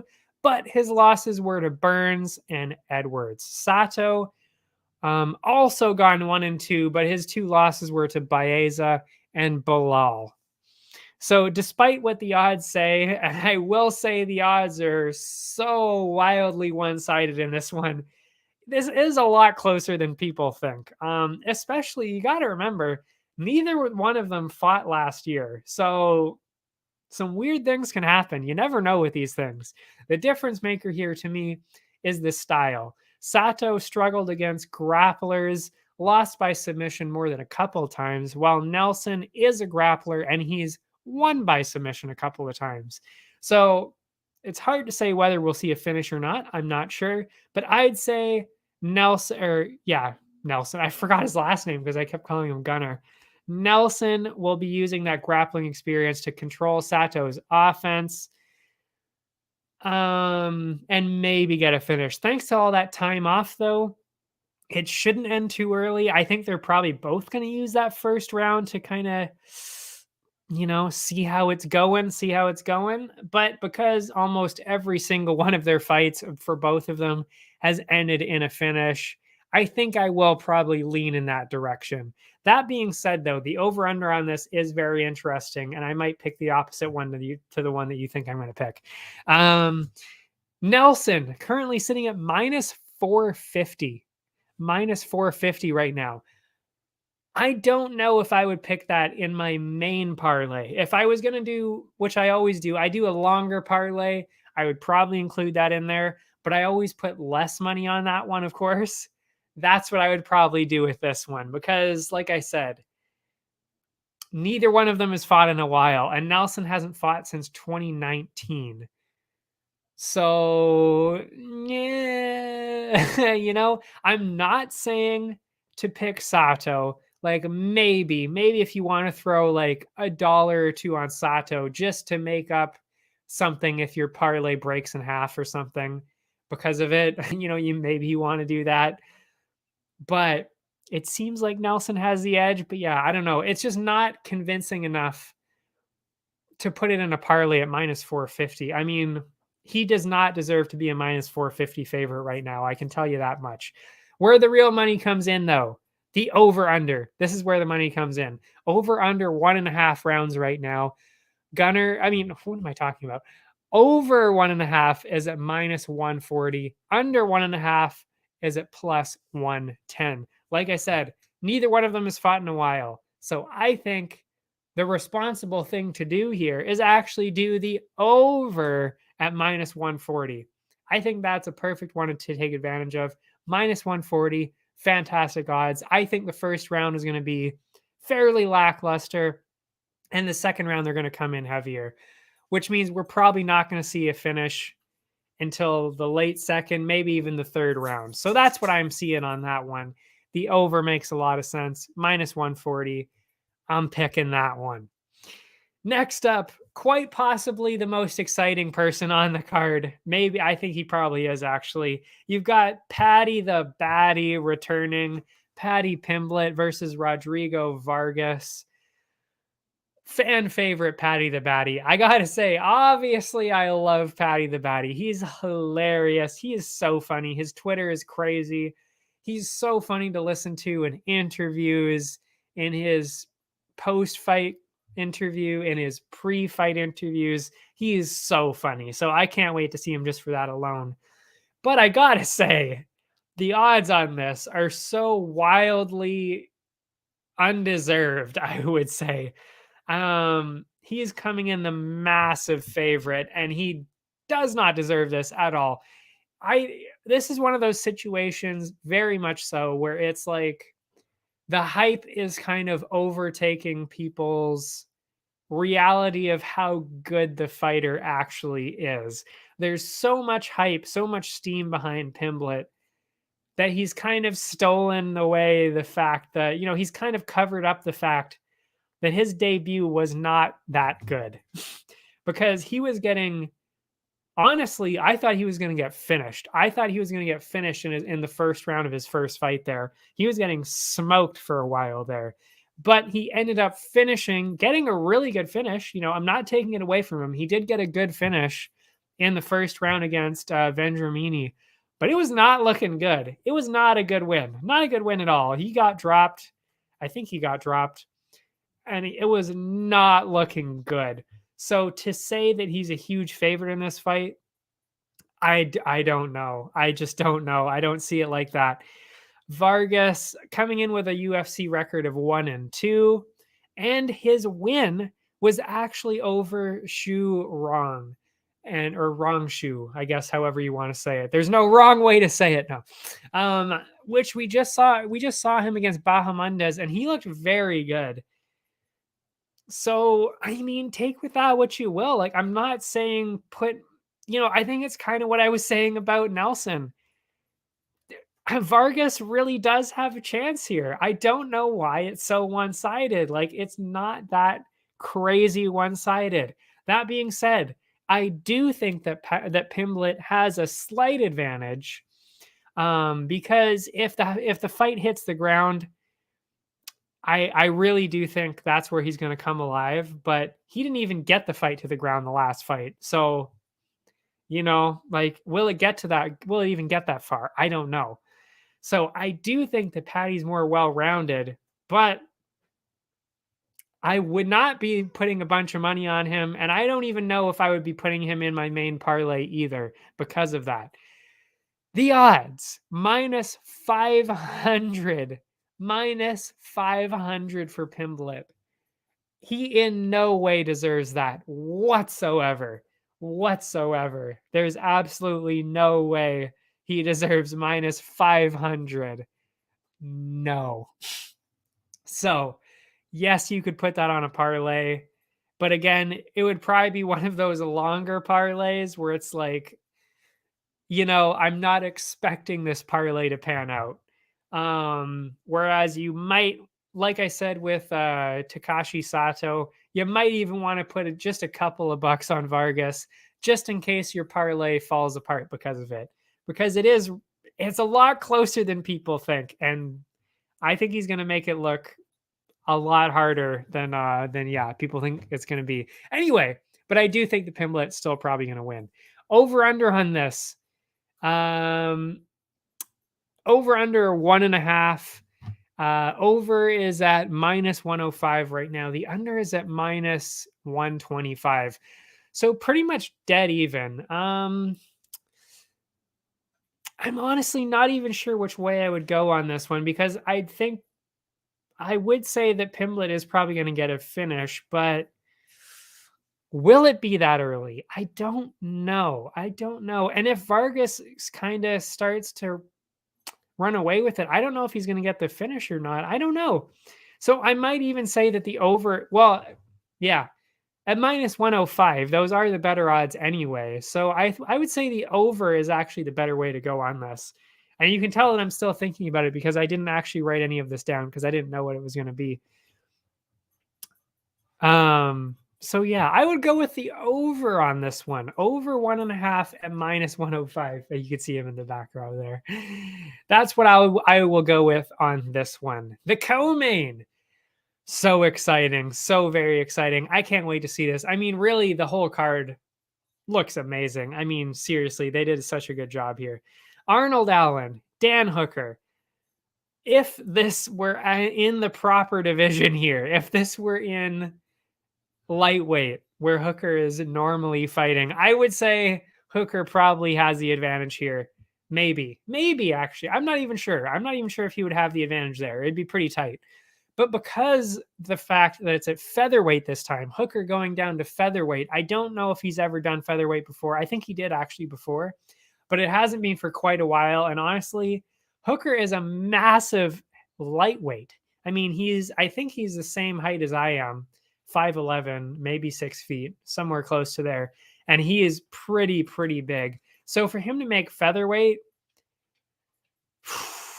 I don't know. I really don't know how he's going to do it, especially since he weighed in. They showed actually a video of him getting into London on Monday, and he was weighing 162 pounds. So that should tell you enough right there. He's got to cut 17 pounds before Friday. So can he do that in a healthy way, come back and fight in against somebody who's on a how many fight winning streak? 8 wins in a row now? I don't know. And that's really the main story of it. Like I said, Allen, he's got a 17-1 record, 8 wins in a row in the UFC right now. So, and you know, we all know what's been happening with Hooker, of course. He's lost 3 of his last 4, but of course that was to Islam, Chandler, and Poirier. So really, you know, they're not even close to on the same level as Allen. There's a huge gap there too. But you can't forget though, of course, that Hooker also did beat Felder, Iaquinta, and had a huge win over Haqparast. So, you know, obviously he's had his wins too. But like I said, the real thing here comes down to his weight. And I think that's going to be, it really could go one of either 2 ways. Either he's going to be fine and it's not going to affect him, and he's going to be regular Hooker and do very well. And it's going to be a really close fight. I really do think that at best, this is going to be an extremely close fight for Hooker. But if it's worst case scenario for Hooker on here, it's not going to go that well. His weight cut is going to take over for him. His chin is going to get weaker. He's not going to be able to do the same things that he's normally going to do. And Allen is going to take advantage of that and win probably in a decision. I do think this is going to go a decision either way, but I think that Allen's going to be able to take advantage of that, of Hooker being slightly weaker than he normally is, let's say. So I'm going with Allen on this one. It's going to be close, and I would say it's kind of a coin toss, but I would say there's a lot riding in Allen's direction here. And if you go to the odds, it's also very close. Allen is at -123 and Hooker is at +100. So if you think Hooker is going to do fine with the weight cut and you're still thinking Hooker, +100, those are pretty good odds. But I will say, with everything going in Allen's direction, you know, the 8-fight win streak, the fact of the whole weight cut scenario, I would say -123 for Allen looks phenomenal. It looks fantastic right now. So I'm going to be definitely putting some money on Allen. I would recommend that you do that too. But again, if you're seeing Hooker on this one at +100, I would not be opposed. I would not call you an idiot for doing that. Next up, the main event closing out the night. Alexander Volkov, Tom Aspinall. It's kind of crazy actually no. I was going to say it's crazy to me that the odds are this close, but it is pretty close. Amazing matchup in the heavyweight division. Volkov ranked 6th, had a very active year last year. And of course is one of the most legendary heavyweights in UFC history. He's been here since 2016, fought, I mean, really some of the best lightweights, the best heavyweights there are. He's massive, by the way. I believe he is 6'9", 265 pounds. I mean, I couldn't even imagine even seeing somebody that big, and that would be crazy to see. And I'm I'm not tall. I would say I'm average. I'm 5'11", 6 feet tall. I always say I'm 6 feet, but technically I'm almost 5'11", somewhere in the middle. Anyway, 5'11 and 3/4. Let's just say that. But to see somebody that's 6'7", 260 pounds, that would be insane. Anyway, seeing Stefan Struve, though, that would be nuts because he's actually 7 feet tall. That's crazy. But anyway, Volkov. He's only got 3 losses in his entire 11-fight UFC career, and that is to Derek Lewis, Curtis Blades, Cyril Gane. All 3 of them very, very good. And his recent wins over Harris, Overeem, Tybura, and of course Hardy, fantastic. But yeah, so all very good wins too. Aspinall, of course, much less experienced with only 4 fights, but very, very impressive because he's gotten a finish in all 4 of those. 3 of them in the first round. Absolutely incredible. I mean, seriously, Aspinall is kind of in one of those next wave scenarios. You know, he reminds me a lot of Cyril Gane. Slightly different in the way that they approach their fighting, as in Aspinall is more of, let's say, a grappler, and Cyril Gane is very much a kickboxer and hangs out along the edge. That's kind of what Gane does. Whereas Aspinall, he does that a little bit too, but he also plays towards the grappling a lot too. But they're both the same in that they use strategy. They're very strategy heavy and they're very, very smart, which is extremely rare for heavyweights. And that's why he's got that bit of an edge to him. He's got that kind of dominance and strategy that you think, okay, this guy's going to be really good. He's really young, and I don't see him being as dominant as Cyril Gane, let's say, at least not yet. But he's definitely on that path where if he can keep continuing, he's going to be on that same level where really nobody can beat him except for probably Cyril Gane himself, or maybe Ngannou too. I mean, you know, they're both so good. But everybody else in the division, except, maybe Stipe, of course, too. He's very well-rounded as well. But it's rare, very rare to see a heavyweight with this level of skill and intelligence. And that's what we see in Aspinall. So that is why I will be going with Aspinall. And it reminds me actually a lot, and I'll say it has a lot to do with what I saw with Volkov do against Gane last year. It's almost the exact scenario. That's another reason why I was saying they're so much similar. They're so intellectual about how they fight. So it's very similar in this case. So I would say Aspinall is going to do very much the same thing. He's going to avoid Volkov's power, do a lot of grappling, a lot of clinch work, maybe even trying to get him to the ground. It's going to be hard though, of course, because Aspinall is slightly lighter. He's 245 pounds or something normally. So, you know, he doesn't have necessarily the same weight. But if he can use the skill at least, of course, Volkov is also skilled, so maybe he won't be able to take him down. But he's going to at least be able to hold him along the fence, push him along the fence, and do something like that. And he's much quicker than Volkov. Again, that's what Gane did as well. He's so much quicker that heavyweights have a hard time keeping up with that kind of pace. And being that he's 6'9", Volkov, he's going to have a hard time keeping up with that pace. So I think that is what we're going to see here. We're going to see some grappling, some clinches, maybe even a couple takedowns, and some quick movements by Aspinall, and he's going to win the decision. That's what I'm seeing here. For the odds, plus 108 for Volkov, minus 134 for Aspinall. It makes sense. I mean, they're seeing the fact that Volkov obviously has only lost 3 times in his UFC career, that he's just very well-rounded in general and very skilled. And Aspinall hasn't really fought anybody at that level yet. So that's what the odds really reflect there. So that makes a lot of sense. But just like the odds, I've got to give the slight edge to Aspinall. And I mean, with that betting line, for sure, I mean, easily take up the Aspinall route there.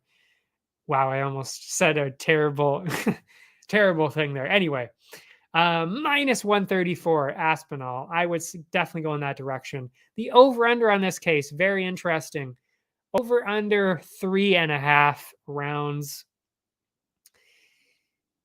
I don't know. I would say it may be a good idea to do that over because, again, I see a decision probably because Volkov is so tough that I can't see Aspinall getting a finish that early. But I also can't really see Volkov finishing Aspinall either. So that's why I'm really still thinking that decision. So I would say over 3.5 at minus 112. That's a pretty good one to take advantage of. I'll be doing that one. The only reason I hesitated there is because they are heavyweights and Aspinall does have power. But again, Volkov is so tough. He's only been finished once in the UFC, and that was to Derek Lewis. And Aspinall does not have Derek Lewis level power. So I just don't see him finishing it that way. So I would say the over is actually the much safer way to go on this at minus 112. Those are really good odds. So that's what I'm going to do with that one. And we've got 1, 2, 3 prelims to talk about. And then, of course, we'll call it a night after that. So the first one I want to talk about, it's actually the first fight of the night, and probably nobody even knows who either one of these people are. But one man is making his debut this week, and it is Muhammad Mokayev. And I think I had heard a little bit about him before, and it's because of his undefeated record, and it is absolutely ridiculous. The pro record, not necessarily crazy. I mean, 5-0. That's still very impressive, especially to make your debut at that, at 5-0. And that should really tell you enough. The fact that he's already getting a UFC debut at 5-0, that should tell you quite a bit about him already. And that, I think, is because he had an amateur career, of 23-0. 23 wins, no losses in his amateur career. That is truly unbelievable. So, I mean, 28 fight win streak. Let that sink in for a second. Amazingly, he actually also got 3 pro wins in 2021 and 5 wins in 2020. Of course, a couple of those were amateur in 2020. But I mean, 8 wins in 2 years. That really should tell you why the UFC is going with this guy for sure. Very exciting. On the other side, Cody Durden, 3 fights in the UFC so far, and amazingly, he's gone 1-1-1. That's crazy. He won his last one by decision over Aori Chi-Lang, lost to Dana White's Contender Series alum Jimmy Flick in a tie to Chris Gutierrez before that one. The one significant thing here that should be noted is that Mokayev has won his bouts not just at flyweight, where this one is. This is at flyweight. He's also won some of those at bantamweight. And that, again, should tell you a lot because even in amateur and pro, he's gone multi-divisional in his wins. And that is very impressive to do, especially considering this is in the lighter division. That means that his power and skill translates not just at flyweight, obviously, but in a heavier division. He also has finishes at bantamweight. So that is why that is very exciting here. So, it's difficult. It's difficult to compare two people like this because one of them is, I wouldn't say so much more experience, but one of them has 3 UFC fights and the other guy only has 5 pro fights.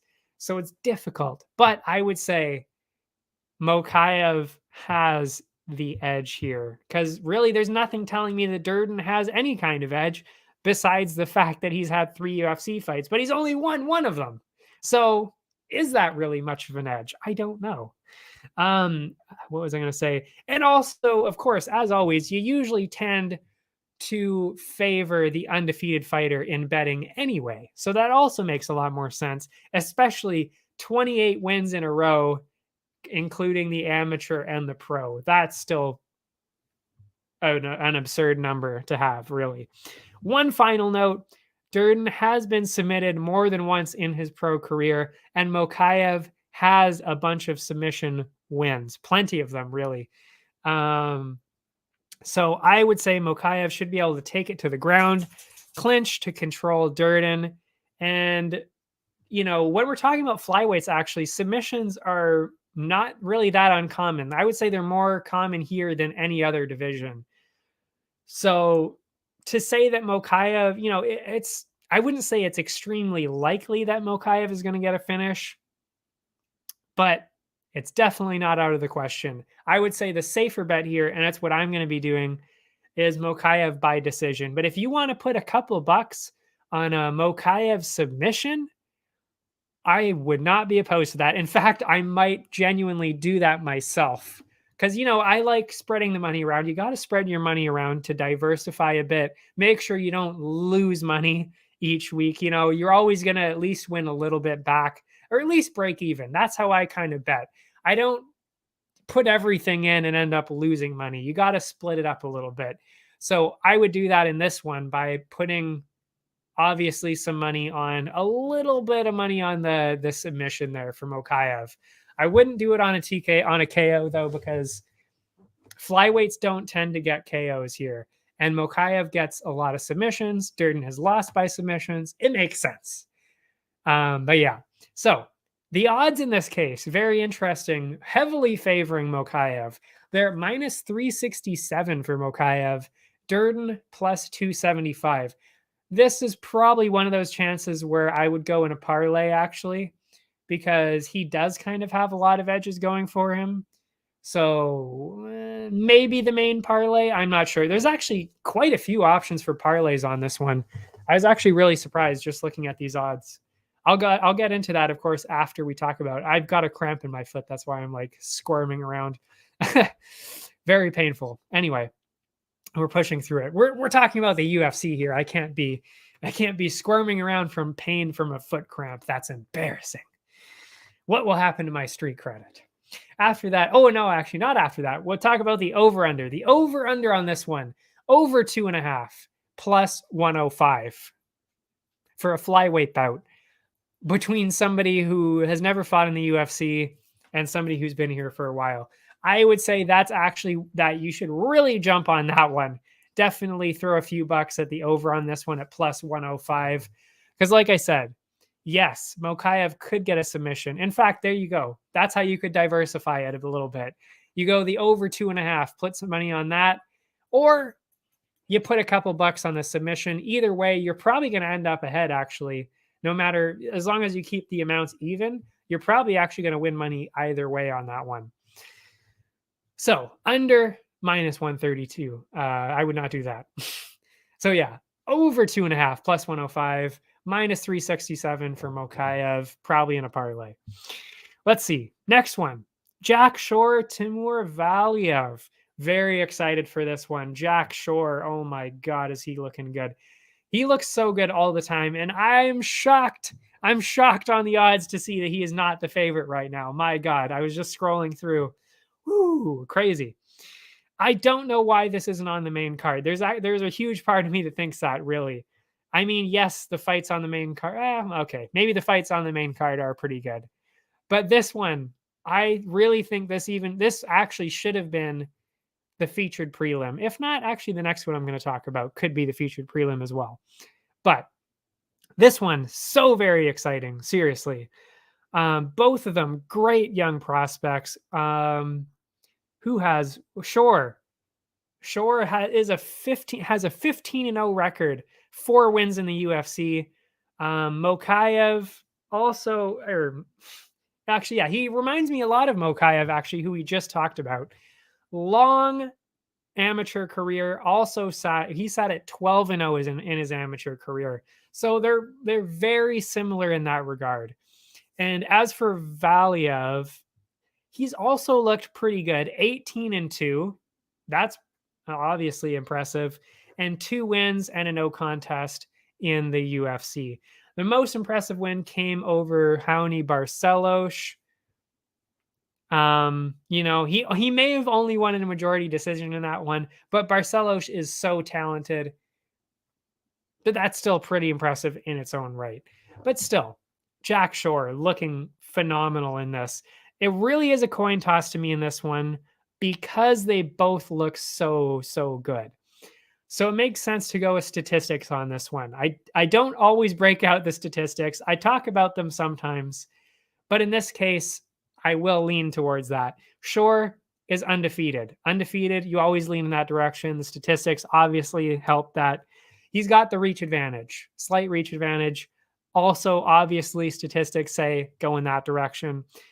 And outside of the in the ring aspects, outside of the fight, let's say, again, he is British. Well, he's Welsh. So he's got that home crowd, especially since he's fighting a Russian. Let's just say the Russians are not too popular these days. So the crowd will be heavily favoring Shore on this one. So, I mean, he's got the crowd behind him. He's got the reach advantage. He's undefeated. He's looked amazing. I'm giving the edge to Shore. And that is very important on this one because the odds are not supporting me on this one. I did say it was a coin toss, but yeah, the odds are plus 100 for Shore. Valiev minus 123. So, I mean, if there's any underdog to take, actually, no, there's a better underdog that I'm going to talk about next that I will talk about. But second best underdog of the night here, Jack Shore, plus 100. I will be putting some money on that. I can tell you that. I can assure you that. Over under on this one. Over minus 250 at, well, yeah, for 2.5 rounds. Under is at plus 190. I see this most likely as a decision too. So I could even see including this in a small parlay. Maybe do all of your decisions as a parlay. Maybe, like I said, including maybe McCann at that, because McCann, obviously that's a decision waiting to happen. Shore decision. McKenna, because that's McKenna and Reed. They're the women fighting just before that. That's an easy one for a decision too. Easy choices for parlays there on a decision. But we'll talk about more parlays after. We're getting sidetracked here. I don't want to get sidetracked because we're already an hour 47 deep. But yeah, Jack Shore on this. Easy choice to take advantage of the odds on that one. The last one that I want to talk about, Nikita Krylov, Paul Craig. My God, is this another exciting one? Lots of action in this division recently. We're talking about the light heavyweights, 2 ranked guys. Krylov in 9th. He lost last year to Magomed Ankalaev. Before that, he was 2-2 with wins over Walker and OSP, and losses to the 2 champs, Glover and Jan. Craig comes in 11th. He's on a 5-fight unbeaten streak. Literally snapped Hill's arm in his last fight in the first round. So, I mean, I think there's a clear direction to go with in this one, especially since Craig is Scottish. He's got the British crowd behind him again, as we said with Shore. I mean, I would say, honestly, all the British fighters on this card have that slight bit of advantage because the UFC with the British crowds is so big. They're so into giving everything they have to their fighters.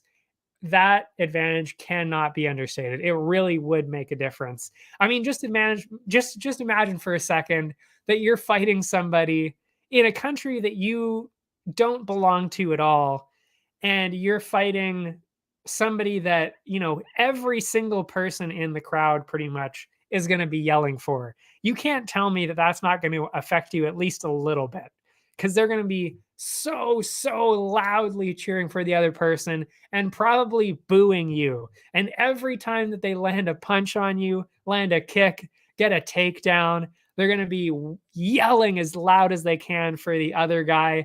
Meanwhile, every time you do something, they're either going to boo or they're just not going to say anything at all. So, I mean, really, that should tell you a lot. Like, I mean, that is a little bit of an advantage for each person. But anyway, in this case, I think it'll help too. But anyway, so Craig, he's got the win streak. Not only that, it's a streak of amazing finishes. They're not even just decisions, they're great, great finishes.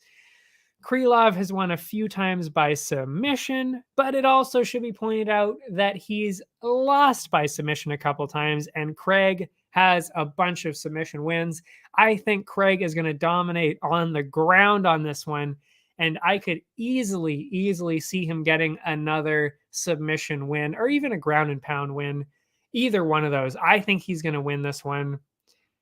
And I don't know why the odds are in the other direction. It blows my mind. This is actually seriously just like last week when I talked about what was the other one I just talked about? I talked about it quite a bit where I thought, why is this in that direction?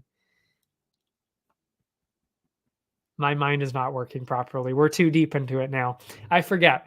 But yeah, there was the one fighter where I said, why is this person the underdog?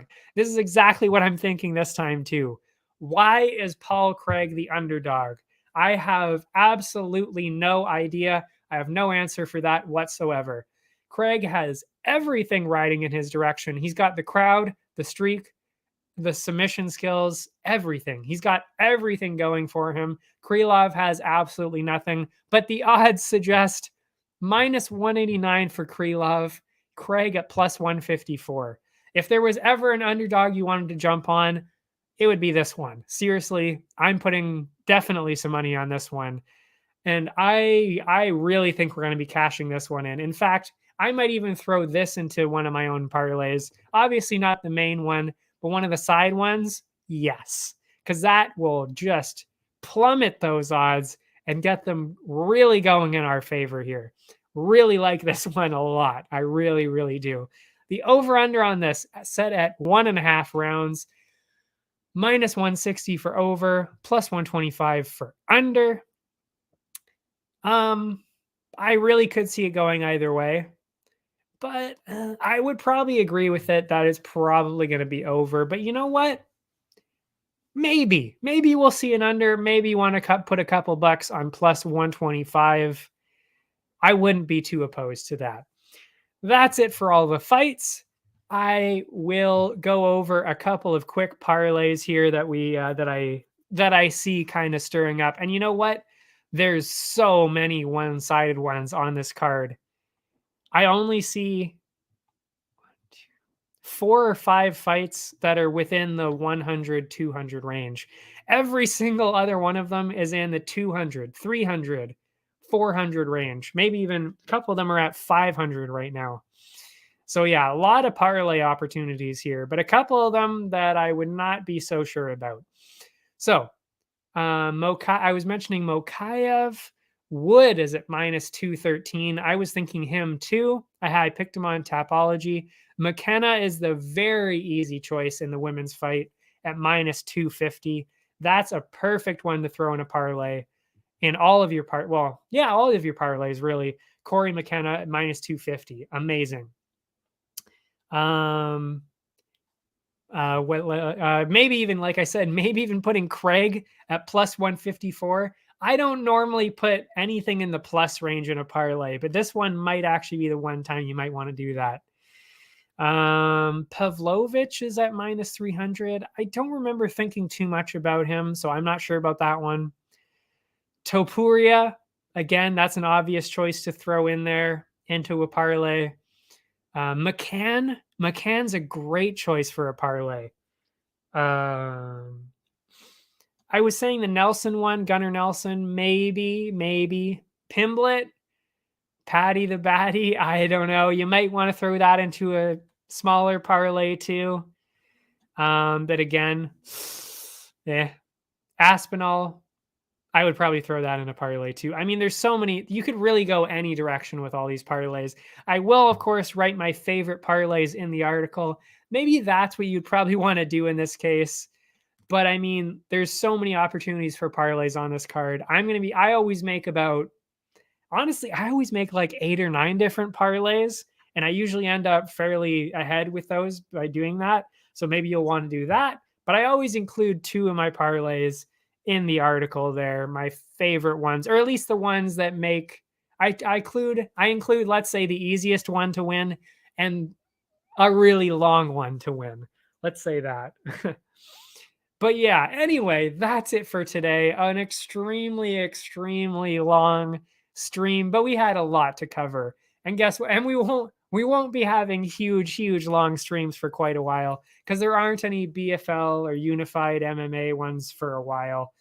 So of course we won't be having extremely long streams for quite a while now, which is nice.